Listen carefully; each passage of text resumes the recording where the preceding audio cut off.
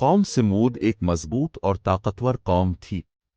वो कुदरती वसाइल में मालामाल थे, पहाड़ों की खुदाई में माहिर थे और ज़मीन की पैदावार से भरपूर फ़ायदा उठाते थे। लेकिन क्या उनकी तरक्की ने उन्हें आजिज़ी सिखाई? नहीं, बल्कि उनके दिलों में गुरूर भर गया। क्या अब जानते हैं? ये कौम अपनी ताकत पर इतनी फ़ख्र करती थी कि उन्होंने अल्लाह की नेमतों को नज़रअंदाज कर दिया। हर नेकी और हर नसीहत को वो नज़रअंदाज करते और बस अपनी अक्ल और ताकत पर इन्हिसार करते। अल्लाह ताला ने हज़रत सालेह अलैहिस्सलाम को कौम समूद की हिदायत के लिए भेजा।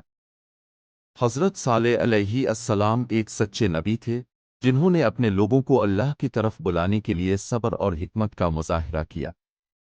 क्या आप जानते हैं? हज़रत सालेह अलैहिस्सलाम ने उनसे कहा, अल्लाह की इबादत करो, इसके अहकाम मानो और ज़मीन में फ़साद ना फैला।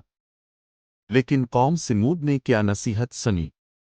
नहीं, वो हंसते, मजाक उड़ाते और अपनी नाफरमानी में आगे बढ़ते गए। अल्लाह ताला ने अपनी ताकत से एक मौजिज़ा दिखाया।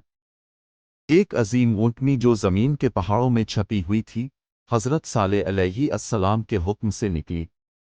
ये ऊँटनी कौम के लिए एक निशानी थी, ताकि वो समझी कि अल्लाह की ताकत की कोई मिसाल नहीं। क्या ये सब कौम के लिए सबक था?